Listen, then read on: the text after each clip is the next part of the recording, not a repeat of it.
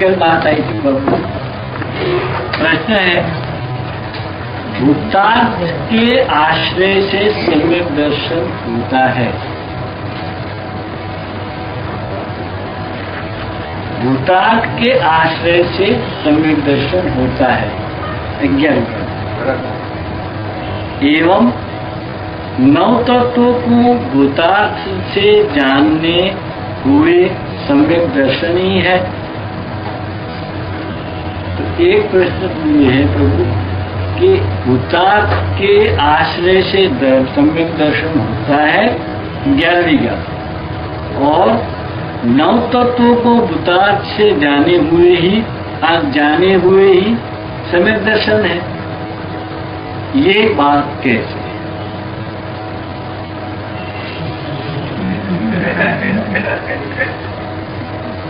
तो हो गया ना, भूतार्थ के आश्रय से सम्यक दर्शन।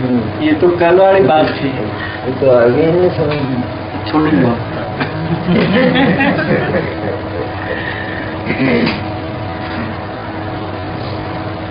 भूतार्थ माने भूतार्थ। हाँ जी, विद्यमान वस्तु बराबर। जो सम्यक दर्शन है श्रद्धा, इसके लिए जो एकमात्र विद्यमान वस्तु है विश्व में, वह केवल शुद्धात्मा है। क्योंकि अन्य की विद्यमानता यदि उसमें प्रतीति होती है, श्रद्धा का विषय बनती है, तो मिथ्या दर्शन होता है। बराबर। क्योंकि उसकी जो प्रकृति है श्रद्धा की, वो अहम करने रूप है। जो भी विषय होगा उसमें वो अहम करेगी और उसको आत्मा मानेगी, पूरा आत्मा मानेगी। इसलिए सारे विश्व को छोड़कर ज्ञान ने जैसा पहले निर्णय किया, संपूर्ण ही विश्व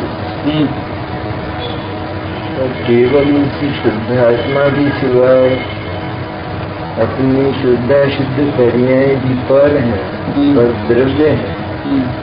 ऐसा जान लेने पर एकमात्र ज्ञाय की शेष रहता है कि जिसको श्रद्धा अपना श्रद्धेय बनाए। इसलिए श्रद्धा के लिए जो विद्यमान वस्तु है सिर्फ ज्ञाय की है संपूर्ण विश्व में, बराबर, और कोई विद्यमान नहीं, अविद्यमान है। अर्थात सब व्यवहारने के विषय है। व्यवहार में उनको भले भूतार्थ कहे, विद्यमान कहे, लेकिन शुद्धा की ओर से तो सारे के सारे अविद्यमान है। तो ज्ञान की ओर से ज्ञान उस समय अनुभूति में प्रवर्तित होगा, हाँ जी, उसकी ओर से भी वो अभूतार्थ है। ज्ञान की ओर से होते हुए भी, क्योंकि ज्ञान को जानता है, इसलिए जानने में आए हैं जरूर, लेकिन वे काम के नहीं थे, मतलब के नहीं थे। बराबर। इसलिए ज्ञान उधर से लौटकर ज्ञायक में ही स्थापित हो जाता है।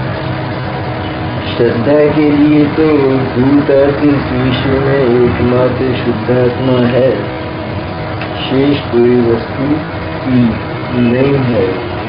और यदि वो कही जाए ज्ञान की ओर से उसे भूतार्थ माने उसका होना, वहाँ भूतार्थ का व्यवहार की ओर से भूतार्थ में उसका होना, उसके अस्तित्व का होना मान भी लिया जाए तो सारा प्रद्रव्य होने से हमारे लिए किसी प्रयोजन का नहीं, हमारे लिए किसी प्रयोजन का नहीं है। इसका नाम संपूर्ण विश्व को जानना। इसका नाम संपूर्ण विश्व को जानना हो गया ना। ज्ञान ने तो बोला ही, मेरे लिए संपूर्ण विश्व किसी प्रयोजन का नहीं है, नहीं, किसी मतलब का नहीं। हो गया जानना, जानकारी तो बोला हो। बराबर है। नहीं जानता तो बोलता कैसे? ये मेरे विकाम है, वो देख के लेकिन ये बिल्कुल किसी मतलब का नहीं है। ऐसा वो जानकर ही समझ कर ही बोला है। बराबर। तो वह भी श्रद्धा की तरह शुद्धात्मा में ही स्थापित होकर मैं ज्ञायक हूँ ऐसा अनुभव करता। भूतार्थ के आश्लेषण संदर्शन होने की बात। भूतार्थ का अर्थ समझ लेना चाहिए अच्छी तरह। हाँ जी। भूतार्थ भूत अर्थ विद्यमान वस्तु, ध्रुव है, एक रूप सदा रहने वाली अक्षय आनंद, ऐसी जो वस्तु है उसका नाम भूतार्थ। विद्यमान सम्यक दर्शन में केवल एक वही नजर आता है अर्थात प्रतीति में आता है, अहम रूप में प्रवर्तित होता है। केवल एक वही, अन्य जगत में कोई नहीं। इसलिए अन्य जगत सारा का सारा श्रद्धा के लिए अविद्यमान है, ज्ञान के लिए भी। तो वो सब व्यवहार होने से अर्थात पराया होने से वो अविद्यमान जैसा ही है ज्ञान की ओर से। ज्ञान के लिए भी विद्यमान एक ही आत्मा है। हाँ, ज्ञान विद्यमान तो स्वीकार करता है। हाँ जी। लेकिन वो जानता है कि इसका होना मेरे लिए किसी मतलब का नहीं, इसका अस्तित्व मेरे लिए, मेरे अस्तित्व के लिए किसी प्रयोजन का नहीं है। ऐसा जानकर लोग से मुड़कर शुद्धात्मा में स्थापित हो जाता है। ज्ञान में हे उपाधि बुद्धि साथ में ही चलती है। हो गई नहीं। हाँ। साथ नहीं चलती, तो बस एक चलता है। हाँ। ये मेरा नहीं है, ये वाक्य हुआ। बराबर। ये मेरा है, ये उपाधि वचन हुआ। हाँ। लेकिन दोनों को छोड़कर उपाधि में अहम रूप में प्रवर्तित हो जाना, वो दोनों से अलग चीज। बहुत सुंदर। दो विकल्प है। दोनों को छोड़कर उपाधि में अहम बुद्धि रूप प्रवर्तित हो जाना, ये बात जरा स्पष्ट कीजिए प्रभु, क्या कहना है? दोनों दो प्रकार के विकल्प हुए। हाँ जी प्रभु। दो प्रकार की बात यदि आएगी तो विकल्प होगा। तो मेरे नहीं है ये जगत में कोई भी, इसलिए वचन अर्थात ये है, मैं नहीं हूँ, मेरे नहीं, और एकमात्र शुद्धात्मा ही मेरा है। ये दो विकल्प हुए। इन दोनों विकल्पों से टूटकर और उसी ज्ञान का एकमात्र ज्ञायक ही मेरा है ऐसा बोलकर, ऐसी प्रवृत्ति ज्ञान में करके और सिर्फ ज्ञायक में तल्लीन हो जाना, स्थापित हो जाना, समाहित हो जाना, अहम रूप प्रवर्तित होना, इसका नाम ज्ञान है। उसका नाम शून्य ज्ञान। ज्ञान में भी ये वास्तव में अभूतार्थ है और श्रद्धा की दृष्टि से तो ये है ही नहीं। ये तो उसकी बात है। श्रद्धा की दृष्टि से भी है ही नहीं। श्रद्धा की दृष्टि से तो ये है ही नहीं, जगत ही नहीं है, क्योंकि उसका विषय केवल एक शुद्धात्मा हुआ। अब अगर कोई दूसरा विषय बनता है तो उस समय वो अहम रूप प्रवृत्ति किए बिना नहीं रहेगी, उसको वो अपना आत्मा माने बिना नहीं रहेगी, तो मिथ्या दर्शन हो जाएगा। इसलिए अच्छाई सम्यक हो जाए तो अनंत काल तक श्रद्धा का विषय एकमात्र शुद्ध चिन्मात्र ही होगा और कोई नहीं। मतलब श्रद्धा का जो जगत है वो केवल चिन्मात्र ज्ञायक है। बहुत सुंदर। श्रद्धा का जो लोक है वो चिन्मात्र ज्ञायक ही है और कोई नहीं। श्रद्धा का संसार केवल ज्ञायक का बना हुआ। बहुत सुंदर। और नहीं। बराबर। ये तो इसकी बात हुई। अब नवतत्व भूतार्थ से जाने हुए सम्यक दर्शन ही है। ये है ना बात? यही है, यही बात है। नौ तत्वों को भूतार्थ से जाने हुए सम्यक दर्शन ही है। नवतत्व भूतार्थ से जाने हुए सम्यक दर्शन ही है। हाँ जी, यहाँ पर बताया है व्यवहार और निश्चय। हाँ जी, अर्थात जब भूतार्थ अर्थात शुद्धात्मा का दर्शन होता है, इसमें श्रद्धा और ज्ञान दोनों आए दर्शन में। जब उसका दर्शन होता है तो नव तत्व के विचार पूर्वक ही होता है। बराबर। अथवा स्व करके विचार पूर्वक होता है। तो नव तत्व के विचार पूर्वक होता है, ऐसा जब जाना तो उस नव तत्व के विचार को भी सम्यक दर्शन के नाम से पुकारा जाता है। इसलिए पुकारा जाता है कि नव तत्व के विचार तक यदि ये नहीं पहुंचेगा तो फिर सम्यक दर्शन का पुरुषार्थ इसको हो ही नहीं सकेगा। बराबर।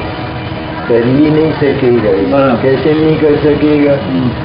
क्योंकि नव तत्व में जो जीव है पहला, वो तो ये मनुष्यादि पर्याय वाला। बराबर। दूसरा जो अजीव है वो तो इससे अन्य और पर है। उज्जवल धर्म आकाश और का शास्त्र और बंध को जानेगा कि वर्तमान में मेरी दशा बहुत कलंकित है, बहुत खराब है, बहुत दूषित है, बहुत मैली है। ये जानेगा तो उसे मिटाने के लिए संवर और निर्जरा का विचार करता है और अंत में ये सब समाप्त हो जाने पर मुक्ति हो जाती है। ये जब तक नहीं जानेगा तब तक उस आश्रय और बंध को समाप्त करने के लिए शुद्धात्मा की ओर क्यों ढलेगा? क्यों ढला है ये शुद्धात्मा की ओर? क्योंकि आश्रय और बंध को इसने जाना है। कि आश्रय और बंध का जन्म कैसे हुआ? जब मैं शुद्धात्मा से चूका, शुद्धात्मा से स्खलित हुआ, बराबर, शुद्धात्मा से मैं फिसल गया, बराबर, और अन्य में मोहित हो गया तो आश्रय बंध का जन्म हुआ, बराबर। अब मैं उन सबको उपेक्षित करके एकमात्र शुद्धात्मा की अपेक्षा करूं और उसी में अहम रूप प्रवृत्तों तो आश्रय बंध समाप्त हो जाए, बराबर। तो इस तरह नव तत्व के विचार पूर्वक सम्यक दर्शन होता है। ये उसका सीधा अर्थ है, बराबर।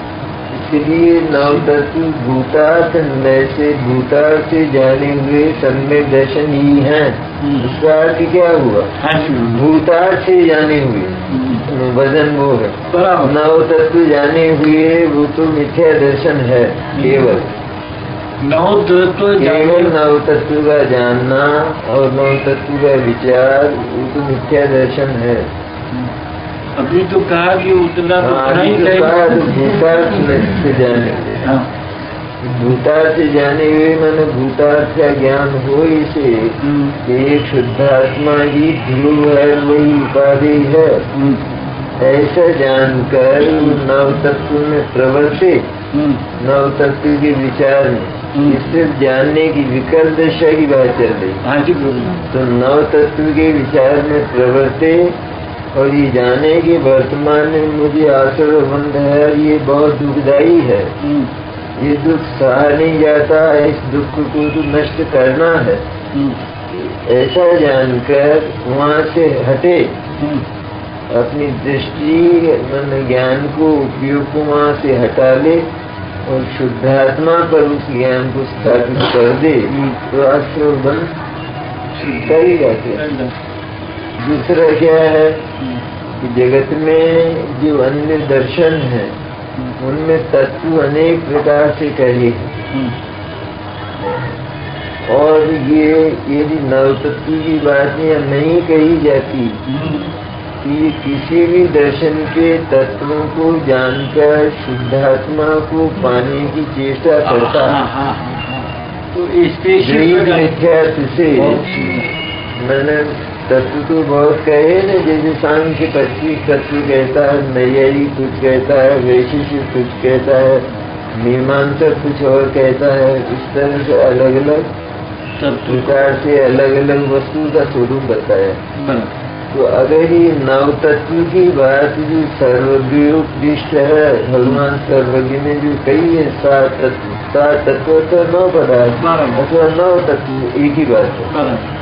उसने पुण्य पाप का भेद कर दिया, 7 तत्व में पुण्य पाप का भेद नहीं है। तो भेद किया मैंने जितना भेद है उतना भेद जानना चाहिए। तो ये 9 तत्व अगर नहीं जाने गए जो भगवान सर्वज्ञ ने कहे हैं, तो सचमुच शुद्धात्मा की ओर जाएगा ही नहीं। क्योंकि बहुत से दर्शन आत्मा को एकमात्र शुद्ध ही कहते हैं कि पुरुष जो है वो तो पवित्र है, और जो प्रकृति है वो जड़ है। प्रकृति जड़ है और वो प्रकृति के संयोग से पुरुष जो है वो मैला हो जाता है। पुरुष तो वास्तव में पवित्र है, तो वो विकार को स्वीकार ही नहीं करते। वो प्रकृति में कहते हैं विकार, तो वो विकार को स्वीकार ही नहीं करते।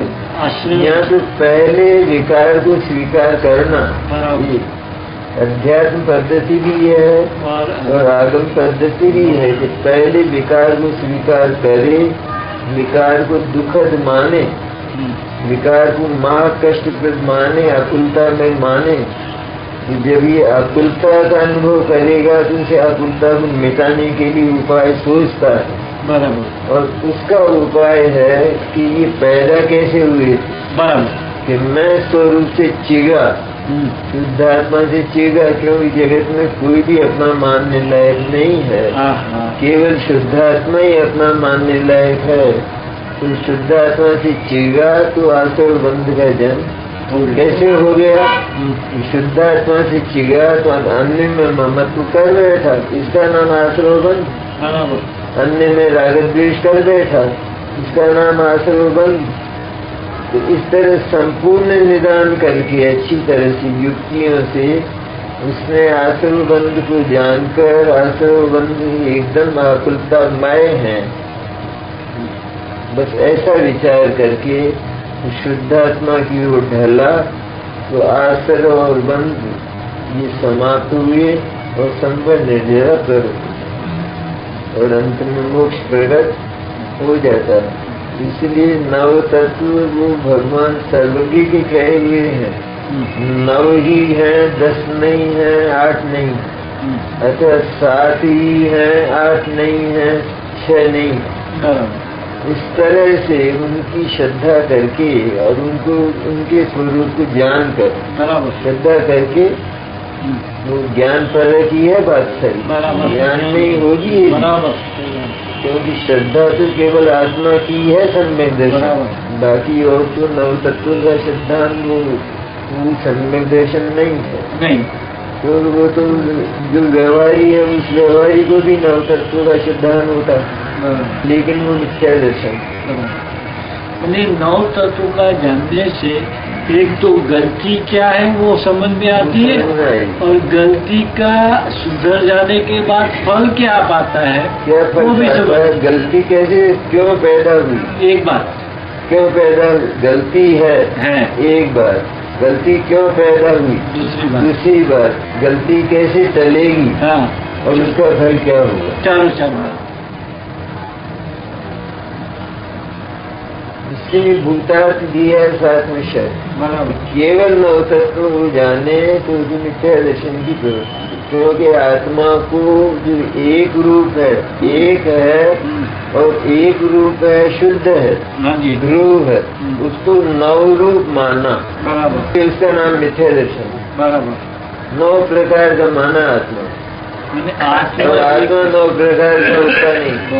व्यवहार ने जरूर पर्याय की उसे 9 प्रकार का कहता है। ये पर्यायिक नय का विषय है। बहुत सुंदर। सारे 9 तत्व वो पर्यायिक नय के विषय बहुत है। सुंदर इसलिए पर्यायिक नय भले ही कहे क्योंकि वे हैं, इसलिए पर्यायिक नय कहेगा जरूर, लेकिन पर्यायिक नय के द्वारा कही गई बात क्योंकि उसमें दुख भी शामिल है, इसलिए दुखद होने से वो ग्राह्य और उपाधि नहीं हो सकती। इसलिए वो 9 तत्वों को जान भूतार्थ के आशय से, शुद्धात्मा के आशय से 9 तत्वों को जानता है, 9 तत्व का विचार करता है। तो 9 तत्व का विचार रुककर शुद्धात्मा में स्थापित हो जाता है। इसका नाम भूतार्थ से जाने हुए 9 तत्व वो सम्यक दर्शन है।